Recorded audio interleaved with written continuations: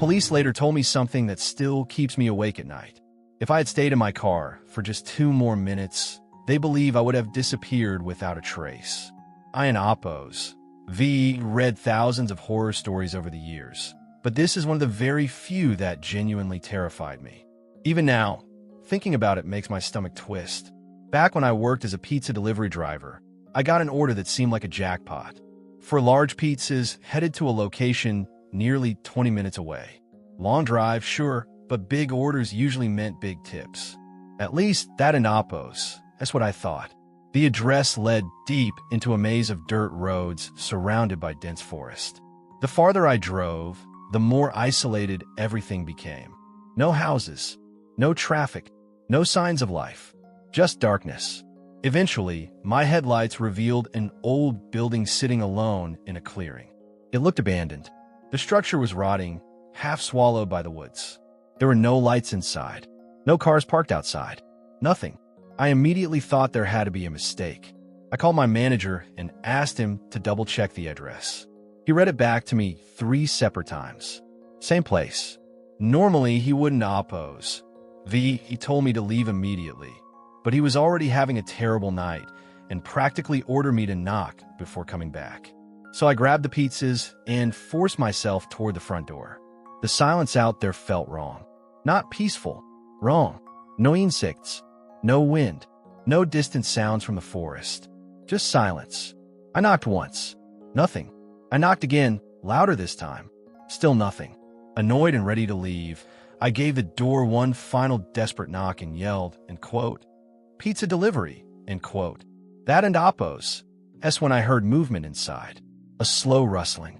Something dragging across the floor. Then complete silence again. Every instinct told me to get back in my car. Before I could move, I noticed something in the window beside the door. Someone was staring at me. At first I couldn't and Oppos to even tell if it was a man or a woman. All I could see were the eyes.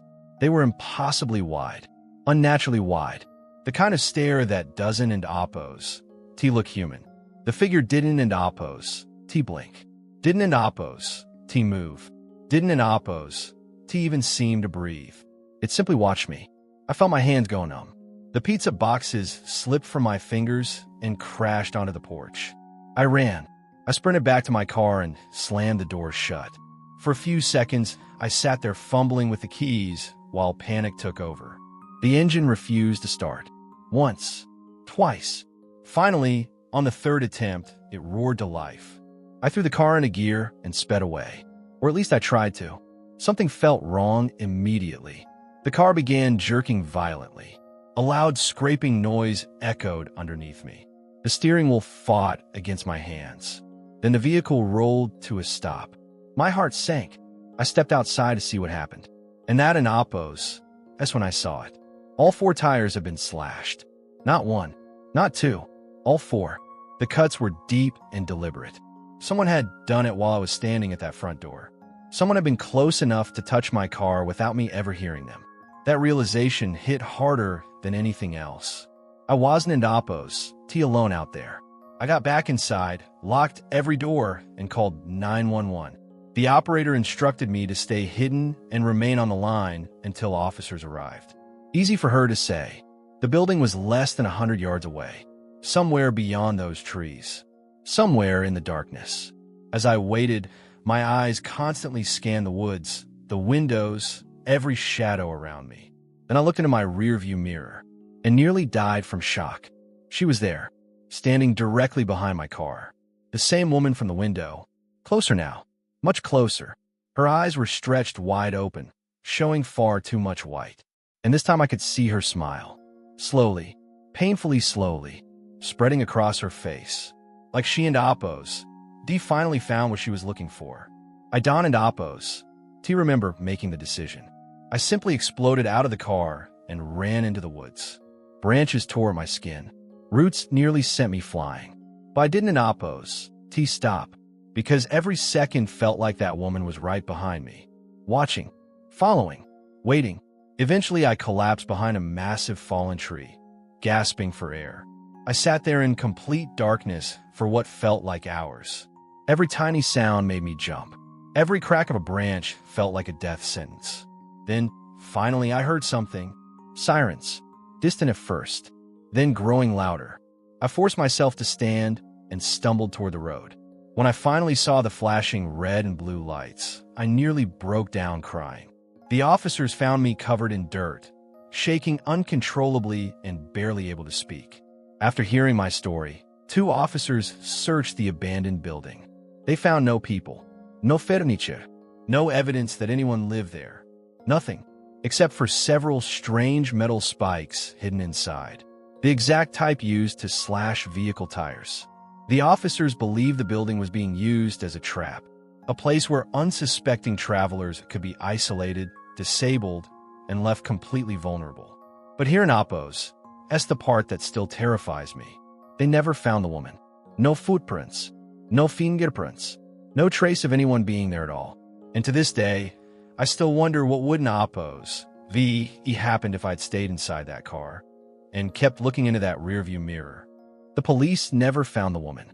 Not her. Not the man they believed was helping her. Nothing. The abandoned building was searched repeatedly, but it was as if the people responsible had simply vanished into the forest. Even years later, the memory still haunts me.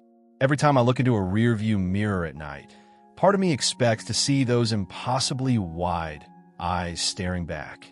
Needless to say, I quit my pizza delivery job immediately after that. I got a much safer job at a local grocery store. Or at least, I thought it was safer. But that and Apos, that's not the story I want to tell. This next experience happened years later, and somehow it unsettled me even more. There in Apos, that's an unwritten rule in the mountains during a snowstorm. If someone is stranded and seeking shelter, you let them in. It in Apos, that's a matter of survival. The mountains don't in Apos. Take care how tough you are. The cold always wins. I wasn't Apos, the one offering shelter that night. I was the desperate stranger knocking on someone else in Apos' door. What was supposed to be a peaceful hunting weekend quickly turned into a nightmare. The morning had started clear and cold. The sky was bright, and the weather forecast looked harmless enough. But in the mountains, conditions can change without warning. By late afternoon, dark clouds had swallowed the sky. The temperature dropped rapidly. Within an hour, a full blizzard was raging around me. Visibility disappeared. The wind screamed through the trees like something alive. After spending most of the day unsuccessfully hunting hares, I realized I was hopelessly disoriented. I had wandered much farther from my cabin than I intended. The snow had erased my tracks. I couldn't end Apos to find my way back. As darkness approached, panic began creeping into my mind. Then, through the blowing snow, I spotted a log cabin nestled among a circle of pine trees. It looked isolated, forgotten, but it was shelter, and shelter meant survival. I stumbled toward it and pounded my fist against the front door. No answer. I knocked again. Still nothing. Then I heard footsteps. Slow, heavy, approaching from inside. I expected the door to swing open. Instead, it cracked open only a few inches. A voice emerged from the darkness. Low, emotionless. It quote, "Come in. Leave your boots by the door," end quote. I waited for the door to open wider, for some kind of greeting, for the owner to show himself. Nothing happened. The door simply remained partially open. The storm behind me was becoming unbearable, so I pushed the door open and stepped inside. The cabin was almost completely dark. Only 2 candles illuminated the room. Their weak flames cast long shadows across the walls.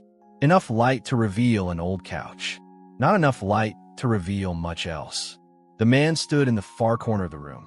All I could see was his silhouette. The candlelight never quite reached him. It felt almost intentional. I dropped my hunting bag and rifle near the door and sat down on the couch. End quote. "Thank you for letting me stay until the storm passes," end quote. I said. No response. Not even a nod. Just silence. At first I dismissed it. People living deep in the mountains tend to be unusual. Maybe he simply didn't end Apos' tea-like conversation. Maybe I had interrupted his evening. I lay down and closed my eyes. But something felt wrong. The darkness behind my eyelids felt exactly the same as the darkness in the room. I found myself listening, waiting, expecting to hear the man in Apo's footsteps retreat to another room. They never came. Minutes passed, maybe longer. The silence became unbearable. I opened my eyes. The silhouette was still standing there, motionless, watching. I cleared my throat. End quote. Well, I think I and Apo's. LL try to get some sleep? End quote. Nothing. Not a word. Not a movement. I turned over and faced the wall. I told myself I was being paranoid, that exhaustion was playing tricks on me. But curiosity has a way of growing in silence. Eventually, I couldn't and Apo's resist. I rolled over and looked again. My blood instantly ran cold. The figure had moved. Not much, just a few feet closer. But he was definitely closer. I was certain of it. The candles flickered. For the briefest moment, a faint glow illuminated part of his face. What I saw made my stomach twist. Seeking, pale beyond belief. Not pale like someone avoiding the sun. Pale like something that had never seen daylight. I couldn't and Apo's make out his eyes. I couldn't and Apo's make out his expression. And somehow that made it worse. Without another word, I stood up. Slowly, quietly. I grabbed my belongings. End quote. Thanks for everything, end quote. I muttered. End quote. I think I and Apo's. I'm going to head out, end quote.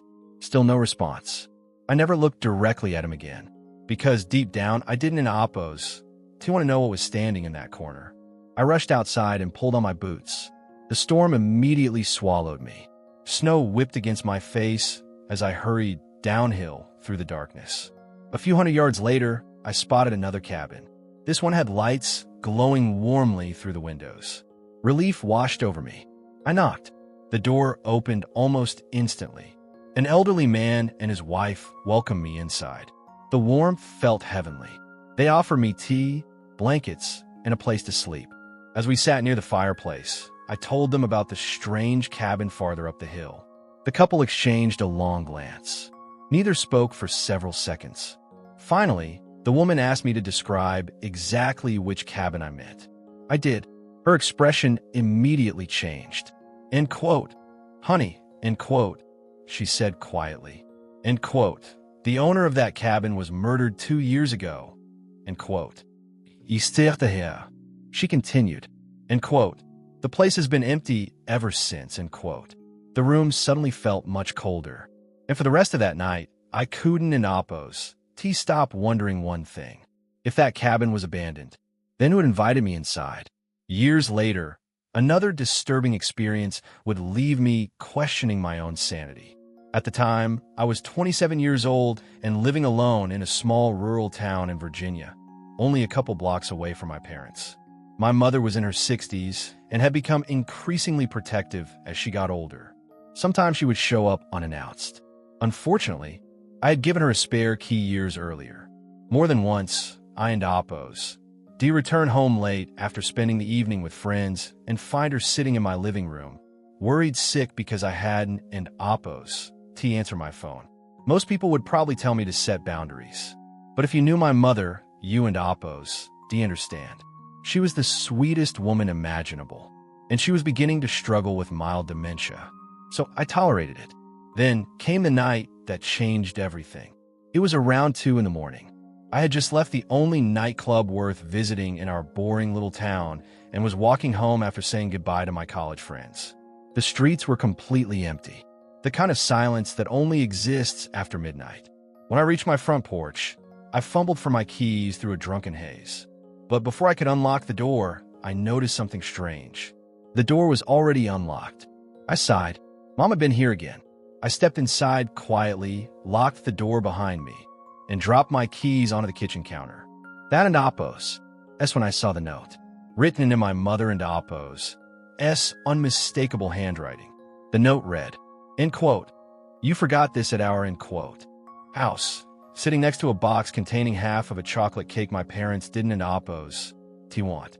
At first, I was in Apo's alarmed. This was typical mom behavior. I figured she and Apo's cleaned up a bit, left the cake, and decided to wait for me upstairs in the guest bedroom like she had done dozens of times before. Then I heard footsteps above me. Slow, steady, moving across the second floor. I rolled my eyes and sighed. It was nearly 3 in the morning. I I was 27 years old. Yet somehow my mother still worried about me, as if I were a teenager sneaking in after curfew. I climbed the stairs intending to tease her about it. But when I checked the guest room, it was empty. I checked the bathroom. Empty. Every room upstairs.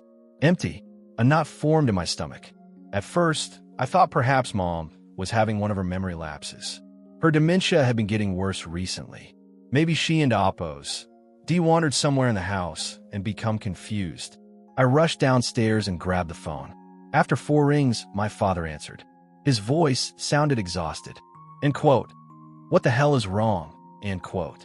End quote. Dad, end quote. I said, trying to stay calm. End quote.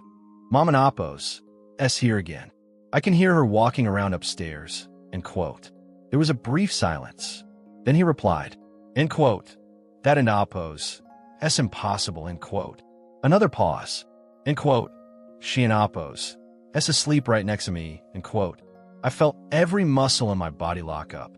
Slowly, I turned my head toward the dark staircase. The kitchen light barely illuminated the second-floor hallway. And there, standing at the corner at the top of the stairs, was a head, just a head, peeking around the wall, watching me. The outline was unmistakable. Someone was looking down at me. I screamed.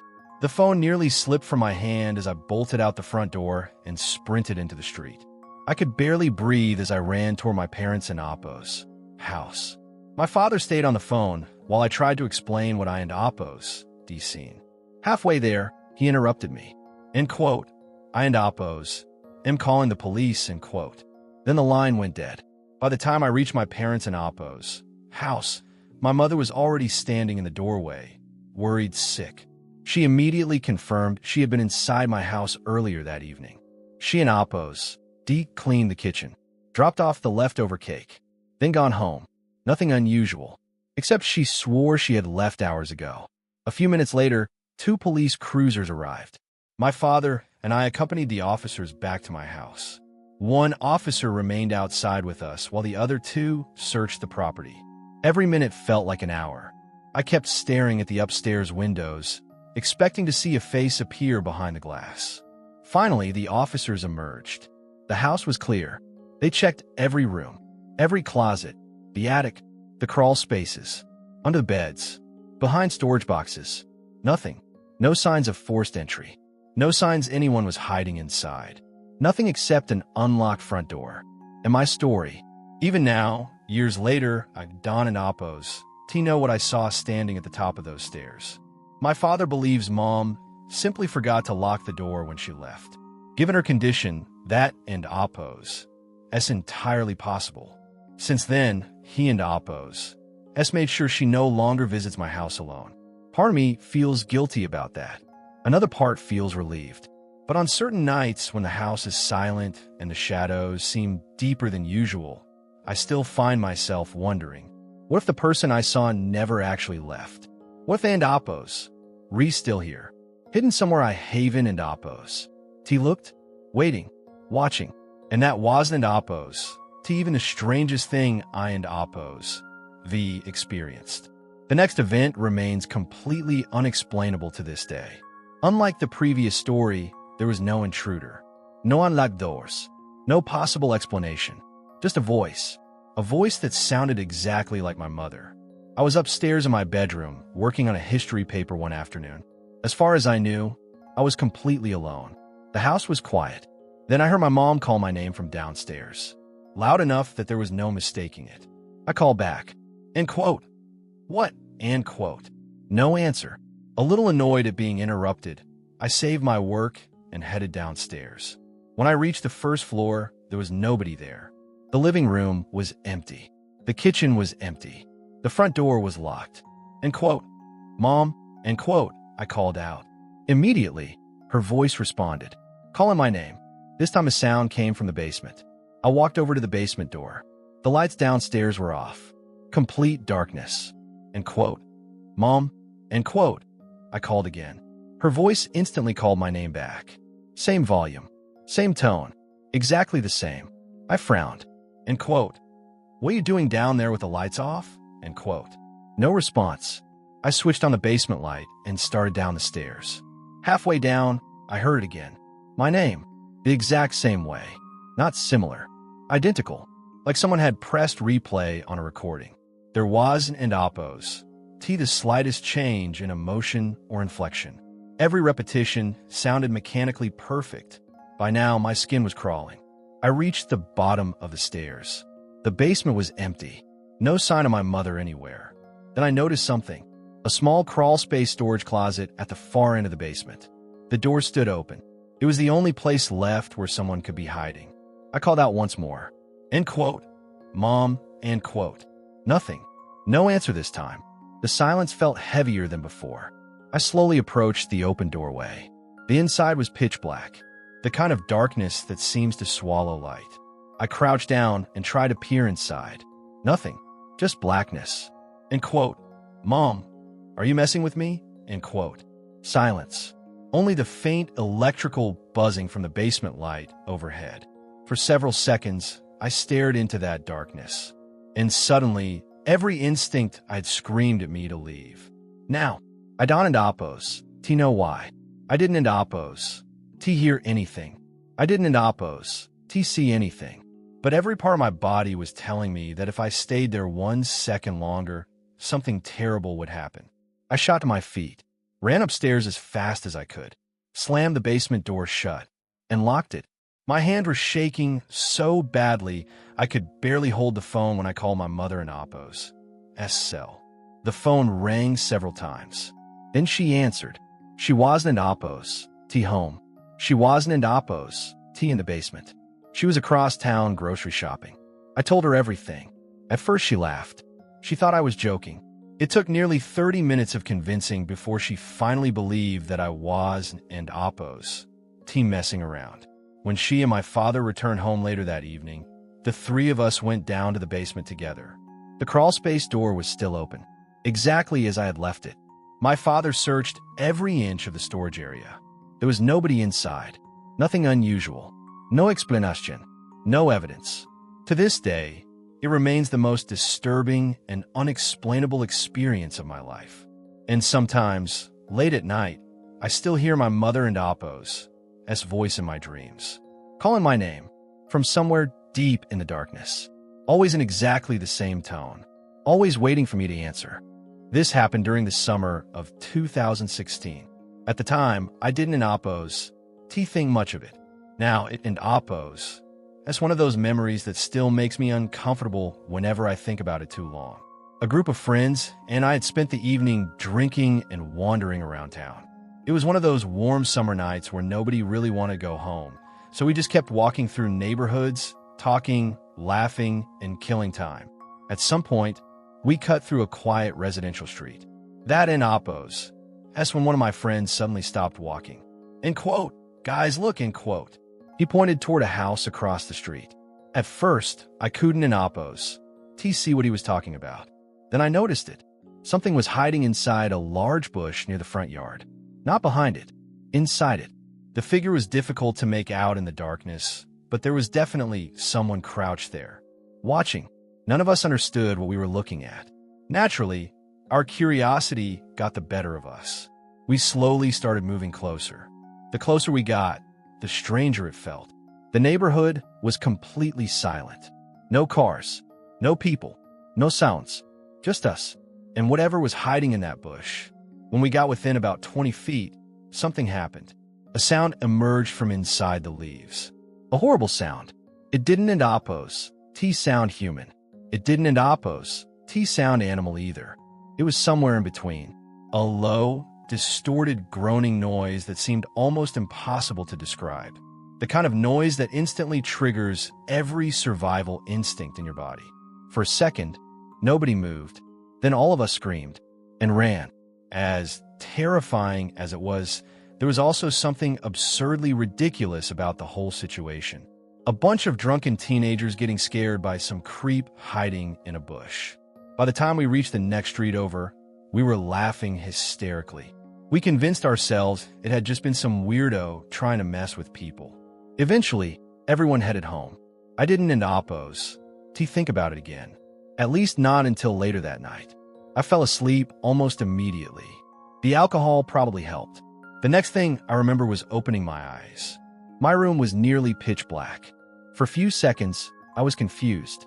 Something felt wrong. Then I realized what it was. I couldn't and Appos, T move. Not my arms.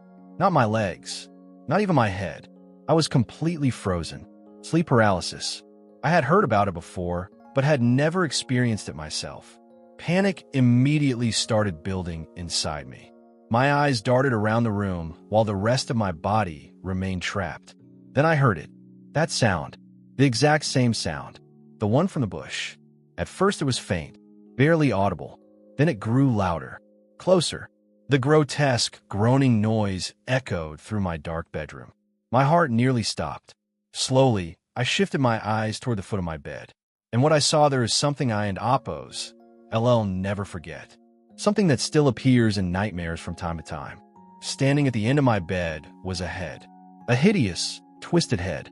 At first, it looked as though it was floating in midair. Its face was unnaturally distorted. Its skin looked stretched tightly over bone. Its eyes appeared hollow and impossibly dark. Its mouth hung open far wider than any human mouth should. And from that mouth came the same horrible sound we had heard earlier that night. The noise seemed to vibrate through the room, through my chest, through my bones. I wanted to scream. I wanted to run, but my body refused to move. The thing slowly drifted closer, closer, closer. Every second felt like an eternity. As it approached, I realized it wasn't Appos, T actually floating. There was a body attached to it. I just couldn't and Appos, T see it clearly. The rest of its form blended perfectly into the darkness of my room, as though the shadows themselves were hiding it. Only the face remained visible, watching me, approaching me. The closer it got, the more wrong it looked. Its expression never changed. Its mouth remained frozen open. Its eyes never blinked. The sound never stopped. Eventually, it was only a few feet away, then a few inches. I could see every detail of its face, every crack, every wrinkle, every impossible feature. It felt completely real, not dreamlike, not blurry, real, more real than any nightmare I and Appos D ever had. The creature leaned toward me until its face was inches from mine. I could practically feel its presence, its cold breath, its stare, and then it vanished, instantly, like someone had switched off a light. At that exact moment, control returned to my body. I bolted upright and screamed. The sound echoed through the house. My heart was hammering so hard it felt painful. I scrambled for the lamp beside my bed and switched it on. Warm light flooded the room. Nothing was there. No figure. No face. No sado. Nothing. I jumped out of bed and searched every corner of the room. Under the bed. Inside the closet. Everywhere. There was nobody. Yet what disturbed me most wasn't Appos. T what I saw. It was how real it felt. I and Appos, V had nightmares before. This wasn't an Appos, T like that. I was convinced I had been awake. Every detail felt vivid. Every sound felt real. Especially that noise. That exact same horrifying noise from the bush. The next morning, I told my parents everything. They listened carefully before agreeing. It sounded like a severe episode of sleep paralysis. Apparently, hallucinations during sleep paralysis aren't and Appos, T uncommon. But when I described the creature, and when I described the sound, even they seemed unsettled. My father admitted he and Appos, D heard stories about people seeing shadow figures during sleep paralysis. But neither of my parents had ever heard of someone experiencing a hallucination that seemed connected to something they had encountered earlier that same day. To this day, I still don't and Appos T know what happened. Maybe it was simply my brain mixing fear, alcohol, and exhaustion into one terrifying hallucination. Maybe, but sometimes, late at night, when everything is quiet and the room is dark, I find myself remembering that sound. That impossible groaning noise from the bush. And I can and Appos, T help but wonder, what if the thing hiding in those bushes wasn't Appos, T a person at all? And what if somehow it followed me home?